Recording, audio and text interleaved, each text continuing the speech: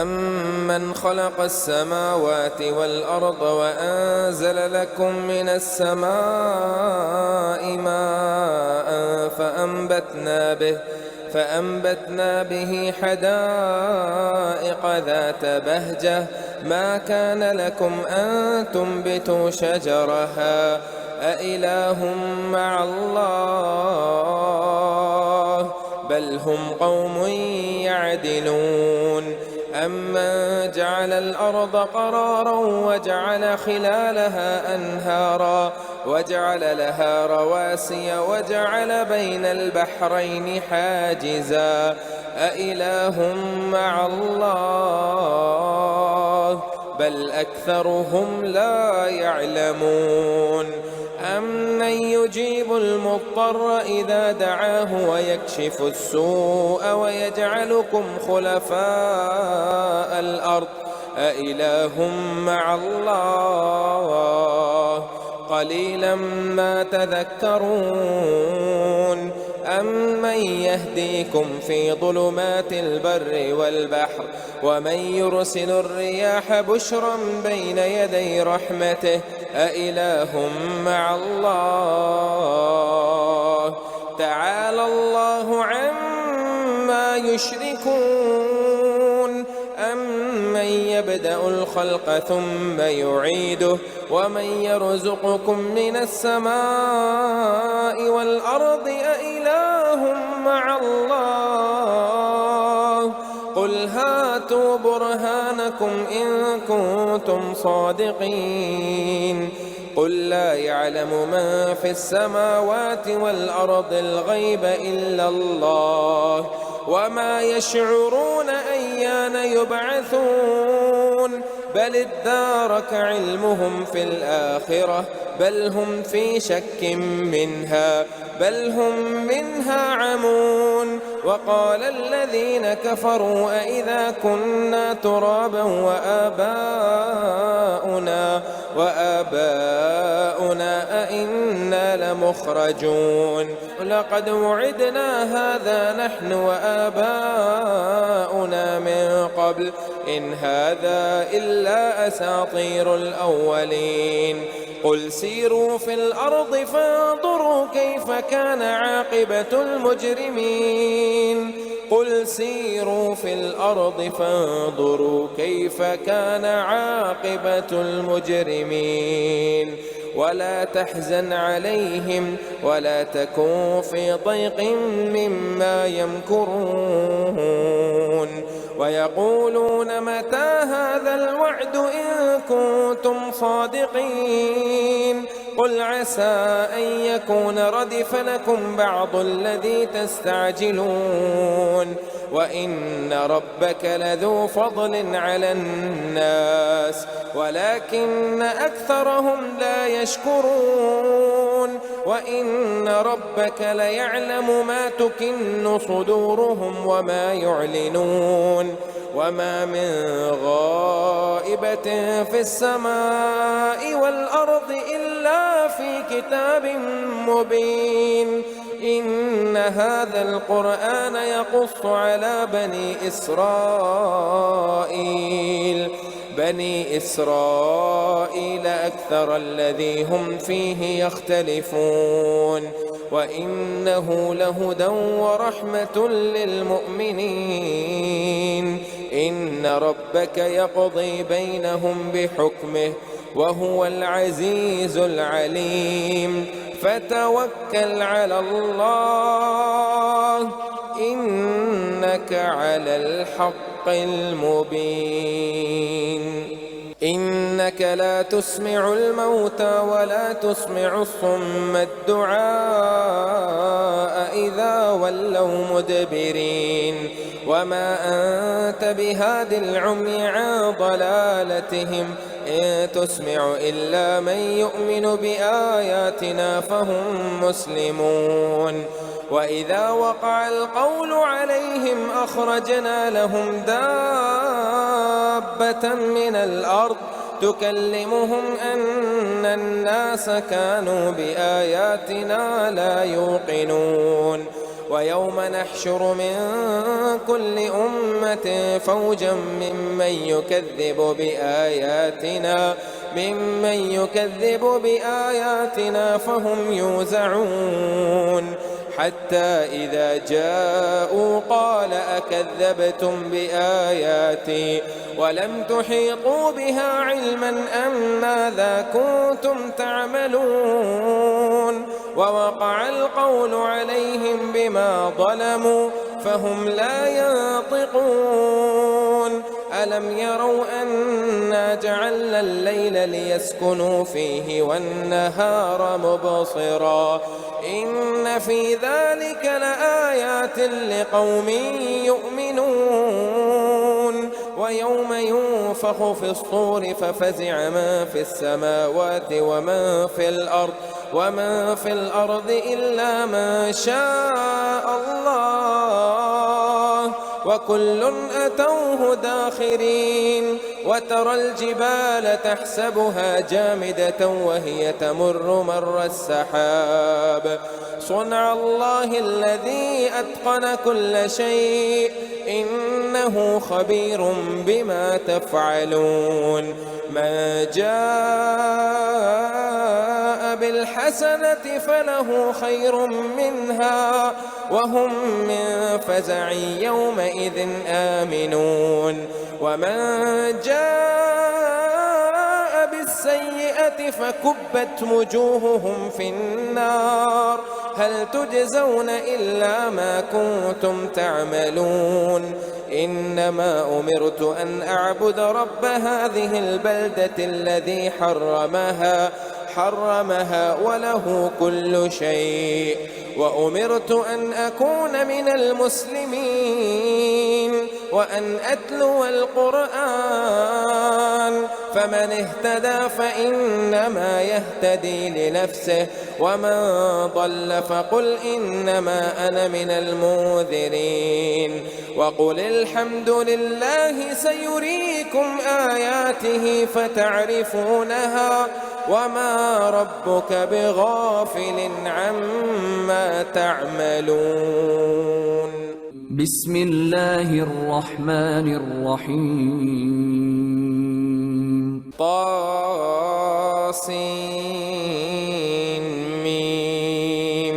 تلك آيات الكتاب المبين نتلو عليك من نبأ موسى وفرعون بالحق لقوم يؤمنون إن فرعون علا في الأرض وجعل أهلها شيعا يستضعف طائفة منهم يذبح أبناءهم ويستحيي نساءهم إنه كان من المفسدين ونريد أن نمن على الذين استضعفوا في الأرض ونجعلهم أئمة ونجعلهم الوارثين ونمكن لهم في الأرض ونري فرعون وهامان وجنودهما منهم ما كانوا يحذرون وأوحينا إلى أم موسى أن أرضعيه فإذا خفت عليه فألقيه في اليم ولا تخافي ولا تحزني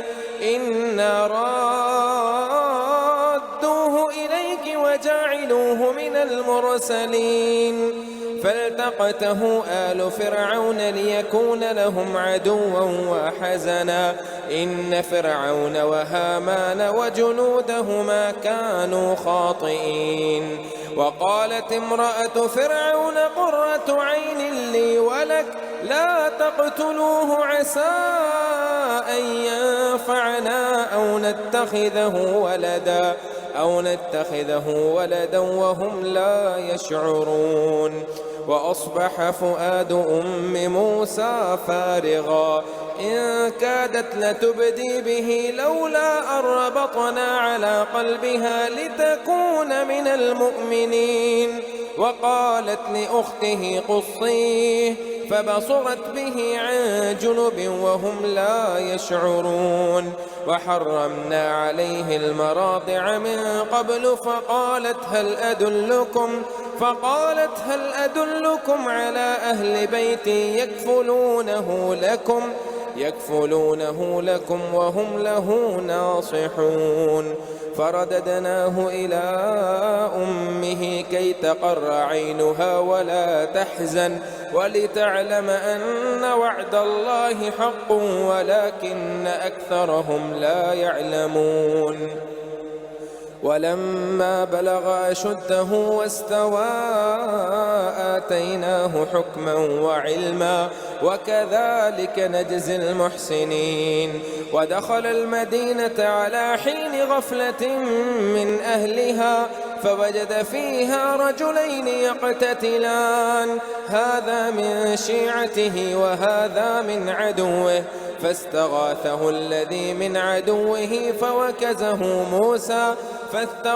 فاستغاثه الذي من شيعته على الذي من عدوه فوكزه موسى فقضى عليه. قال هذا من عمل الشيطان إنه عدو مضل مبين. قال رب إني ظلمت نفسي فاغفر لي فغفر له إنه هو الغفور الرحيم. قال رب بما أنعمت علي فلن أكون ظهيرا للمجرمين. فأصبح في المدينة خائفا يترقب فإذا الذي استنصره بالأمس يستصرخه. قال له موسى إنك لغوي مبين. فلما أن أراد أن يبطش بالذي هو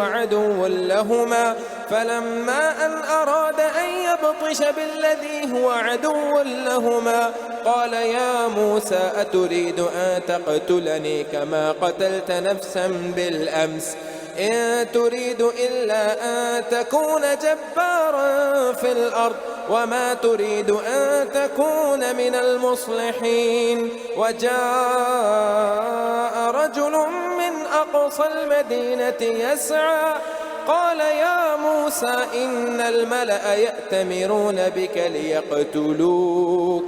ليقتلوك فاخرج إني لك من الناصحين.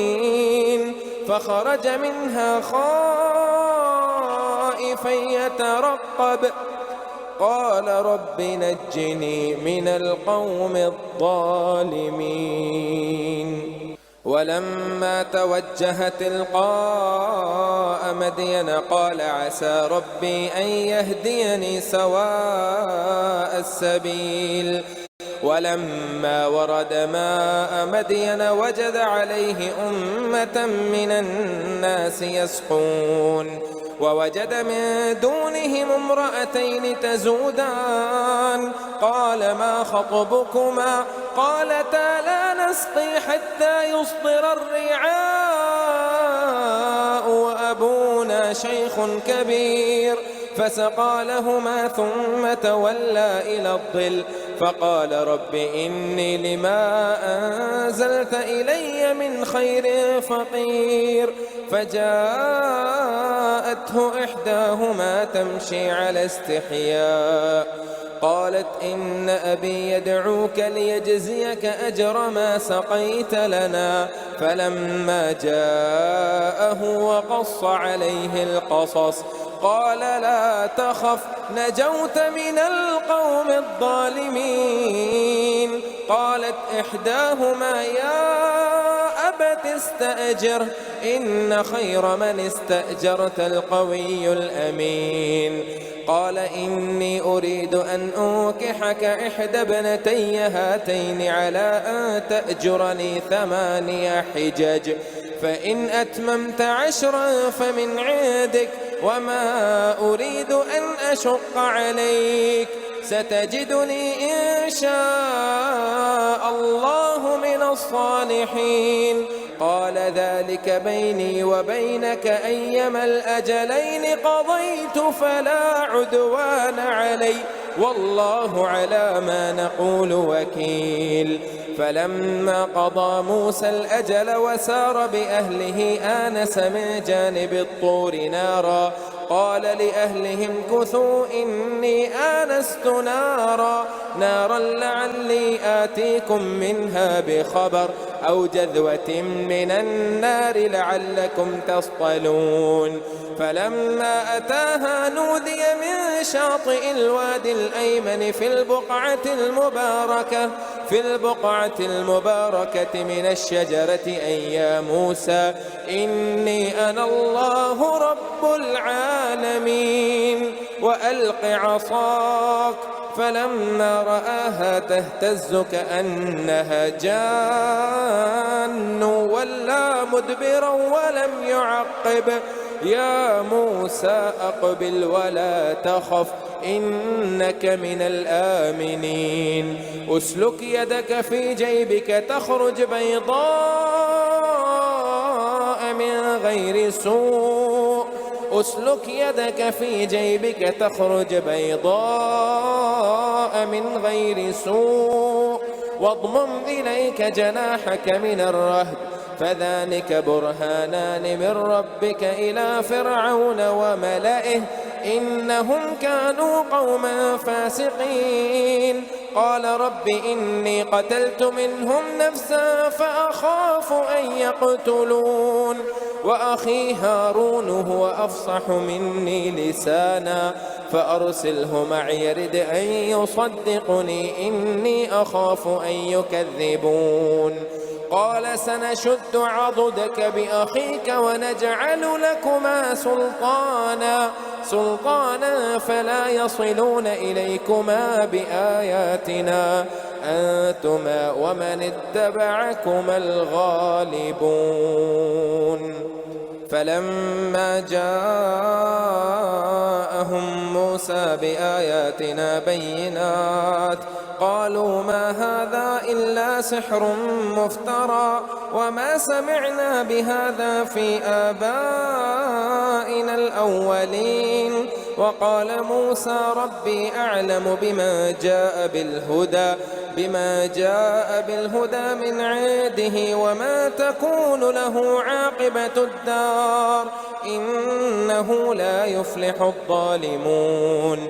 وقال فرعون يا أيها الملأ ما علمت لكم من إله غيري فأوقد لي يا هامان على الطين فاجعل لي صرحا لعلي أطلع إلى إله موسى وإني لأظنه من الكاذبين. واستكبر هو وجنوده في الأرض بغير الحق وظنوا أنهم إلينا لا يرجعون. فأخذناه وجنوده فنبذناهم في اليم فانظر كيف كان عاقبة الظالمين. وجعلناهم أئمة يدعون إلى النار ويوم القيامة لا ينصرون. وأتبعناهم في هذه الدنيا لعنة ويوم القيامة هم من المقبوحين. ولقد آتينا موسى الكتاب من بعد ما أهلكنا القرون الأولى بصائر للناس وهدى ورحمة لعلهم يتذكرون. وما كنت بجانب الغربي إذ قضينا إلى موسى الأمر وما كنت من الشاهدين ولكننا أنشأنا قرونا فتطاول عليهم العمر وما كنت ثاويا في أهل مدين تتلو عليهم آياتنا ولكننا كنا مرسلين. وما كنت بجانب الطور إذ نادينا ولكن رحمة من ربك لتنذر قوما ما أتاهم من نذير من قبلك لعلهم يتذكرون. ولولا أن تصيبهم مصيبة بما قدمت أيديهم فيقولوا ربنا لولا أرسلت إلينا رسولا فنتبع آياتك ونكون من المؤمنين. فلما جاءهم الحق من عندنا قالوا لولا أوتي مثل ما أوتي موسى أولم يكفروا بما أوتي موسى من قبل قالوا سحران تظاهرا وقالوا إنا بكل كافرون قل فأتوا بكتاب من عند الله هو أهدى منهما أتبعه إن كنتم صادقين فإن لم يستجيبوا لك فاعلم أنما يتبعون أهواءهم ومن أضل ممن اتبع هواه بغير هدى من الله إن الله لا يهدي القوم الظالمين ولقد وصلنا لهم القول لعلهم يتذكرون الذين آتيناهم الكتاب من قبله هم به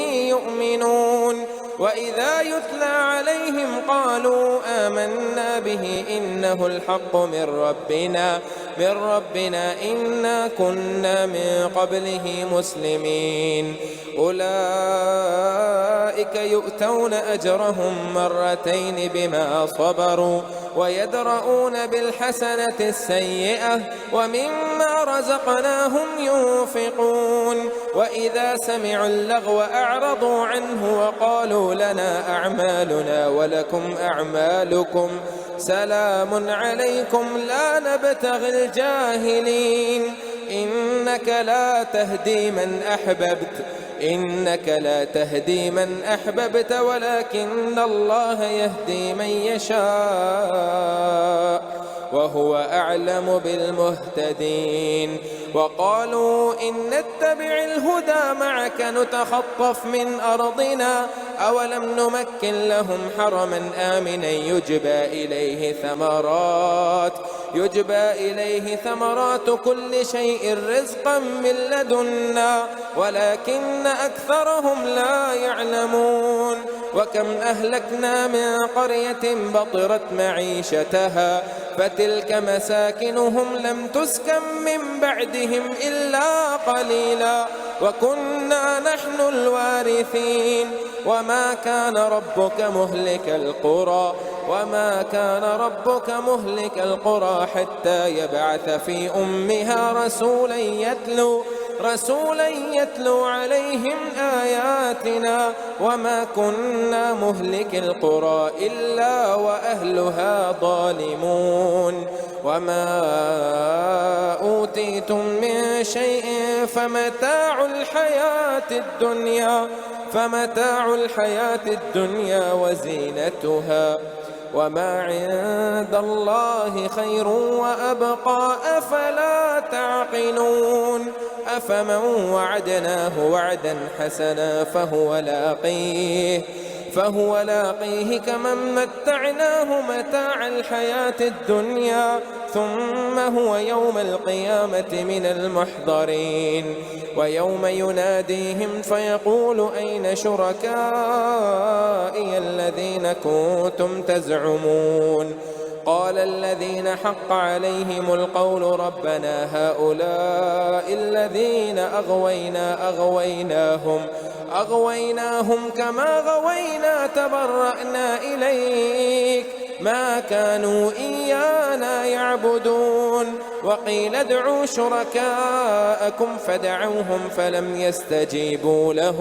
فلم يستجيبوا لهم ورأوا العذاب لو أنهم كانوا يهتدون ويوم يناديهم فيقول ماذا أجبتم المرسلين فعميت عليهم الأنباء يومئذ فهم لا يتساءلون فأما من تاب وآمن وعمل صالحا فعسى أن يكون من المفلحين وربك يخلق ما يشاء ويختار ما كان لهم الخيرة سبحان الله وتعالى عما يشركون وربك يعلم ما تكن صدورهم وما يعلنون وهو الله لا إله إلا هو لا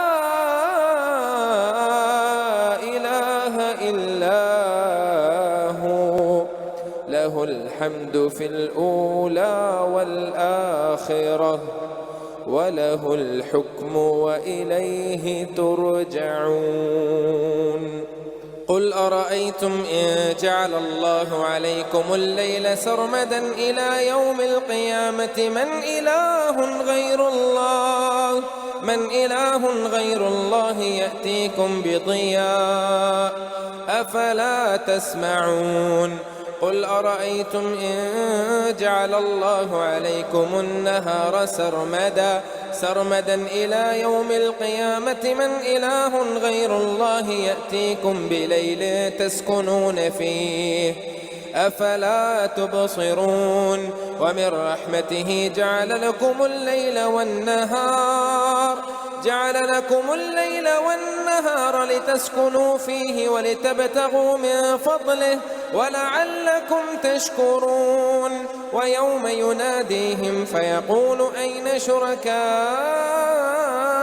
الذين كنتم تزعمون ونزعنا من كل أمة شهيدا فقلنا هاتوا برهانكم فعلموا أن الحق لله وضل عنهم ما كانوا يفترون.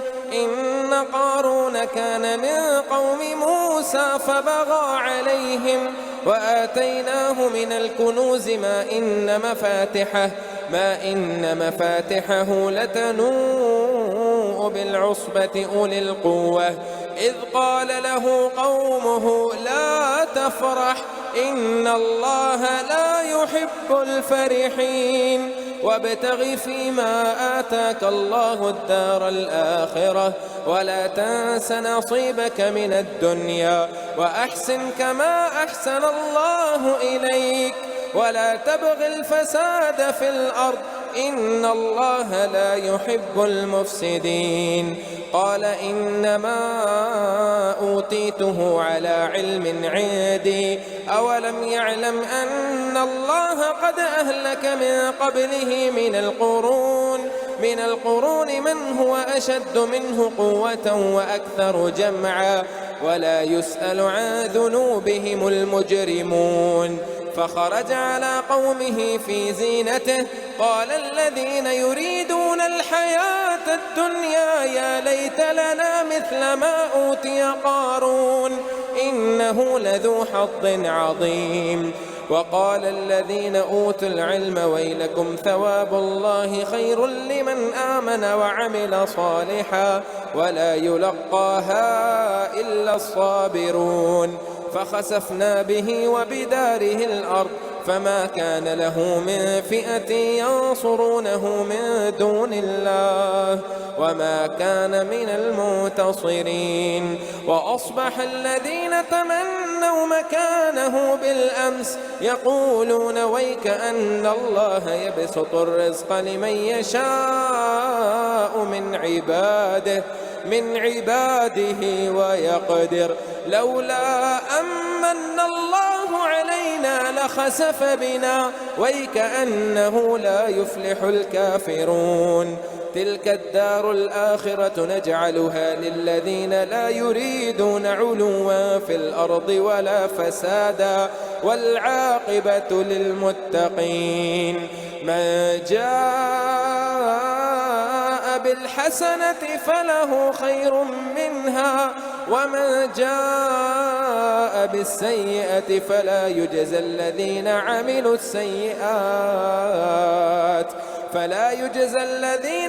السيئات إلا ما كانوا يعملون.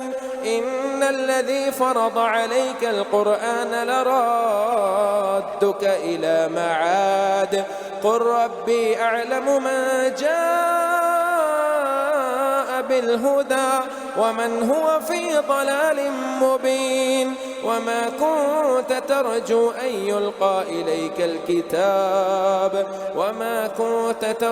يلقى إليك الكتاب إلا رحمة من ربك فلا تكونن ظهيرا للكافرين. ولا يصدنك عن آيات الله بعد إذ أنزلت إليك وادع إلى ربك ولا تكونن من المشركين. ولا تدع مع الله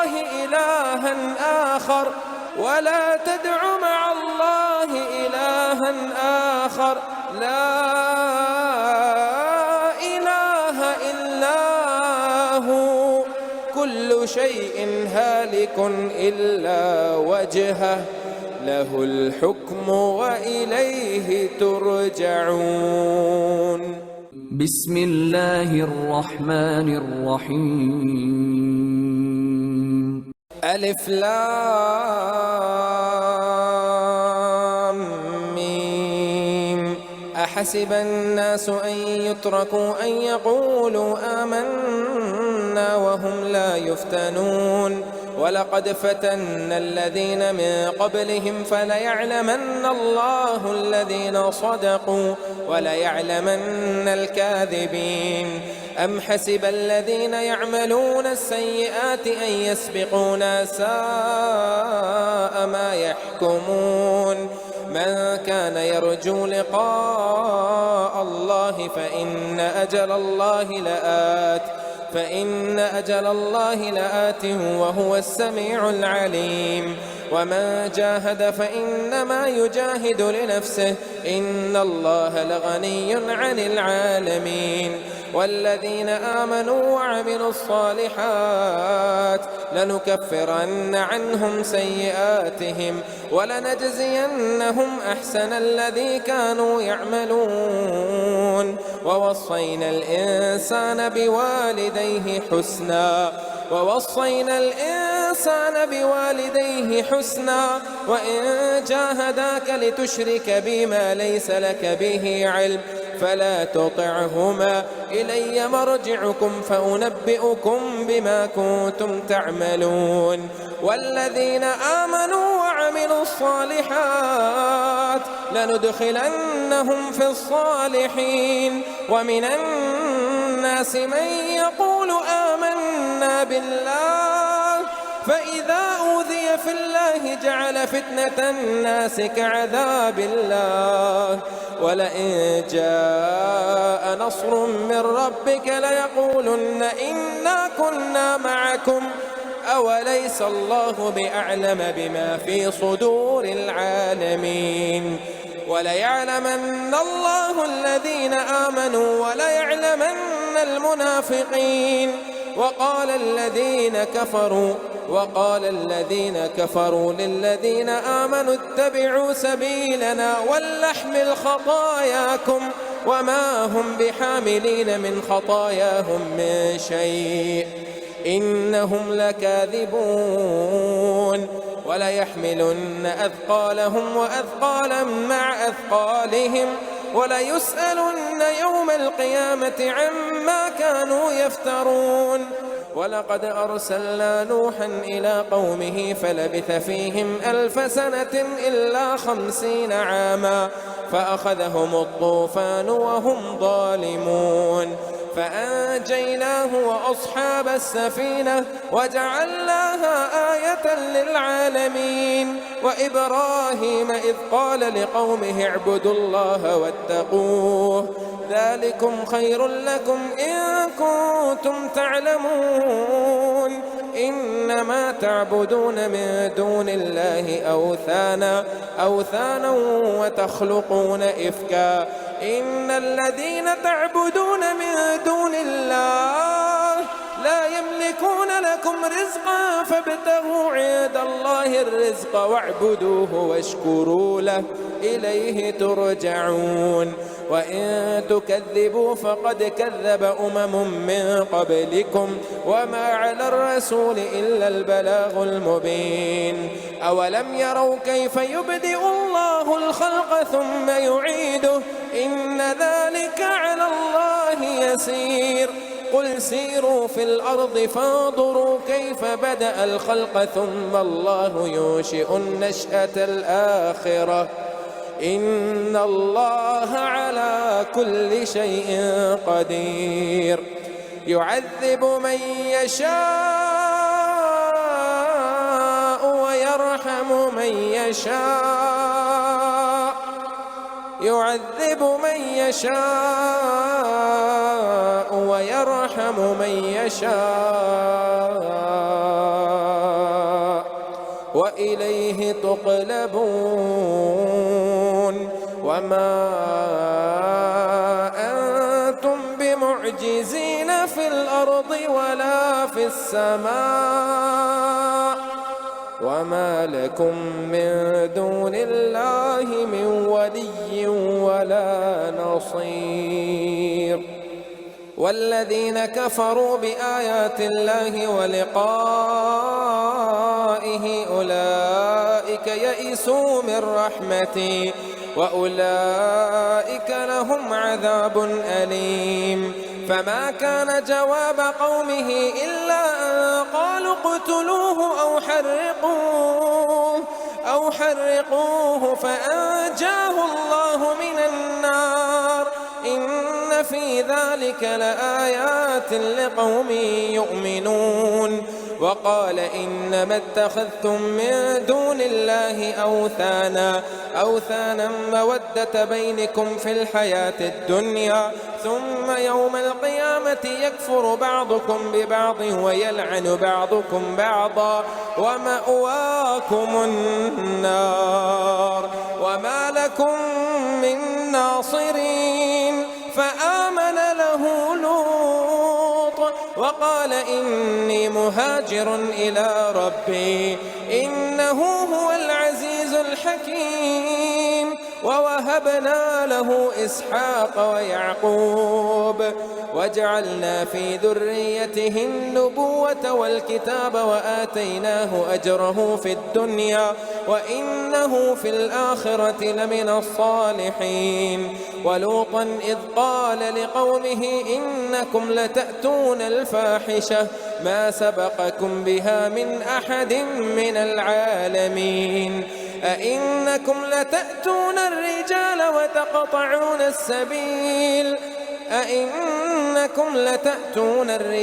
وتقطعون السبيل وتأتون في ناديكم المنكر.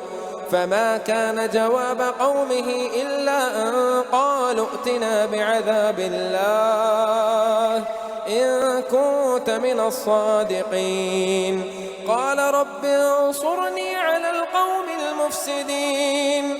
ولما جاءت رسلنا إبراهيم بالبشرى قالوا إنا مهلكوا أهل هذه القرية إن أهلها كانوا ظالمين. قال إن فيها لوطا قالوا نحن أعلم بمن فيها لننجينه وأهله إلا امرأته كانت من الغابرين. إنا منزلون على أهل هذه القرية قال إن فيها لوطا قالوا نحن أعلم بمن فيها لننجينه وأهله إلا امرأته كانت من الغابرين. ولما أن جاءت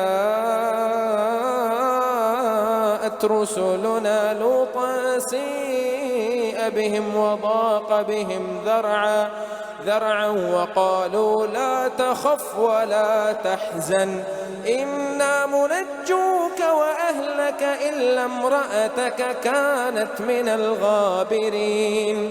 إنا منزلون على أهل هذه القرية رجزا من السماء بما كانوا يفسقون. ولقد تركنا منها آية بينة لقوم يعقلون. وإلى مدين أخاهم شعيبا فقال يا قوم اعبدوا الله وارجوا اليوم الآخر ولا تعثوا في الأرض مفسدين. فكذبوه فأخذتهم الرجفة فأصبحوا في دارهم جاثمين.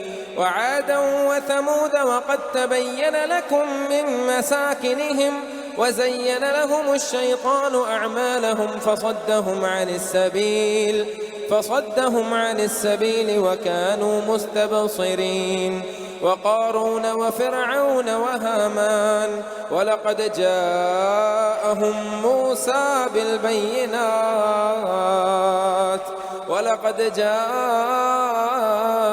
موسى بالبينات فاستكبروا في الأرض وما كانوا سابقين فكلا أخذنا بذنبه فمنهم من أرسلنا عليه حاصبا ومنهم من أخذته الصيحة ومنهم من خسفنا به الأرض ومنهم من أغرقنا وما كان الله ليظلمهم ولكن كانوا أنفسهم يظلمون مثل الذين اتخذوا من دون الله أولياء كمثل العنكبوت اتخذت بيتا وإن أوهن البيوت لبيت العنكبوت لو كانوا يعلمون إن الله يعلم ما يدعون من دونه من شيء وهو العزيز الحكيم وتلك الأمثال نضربها للناس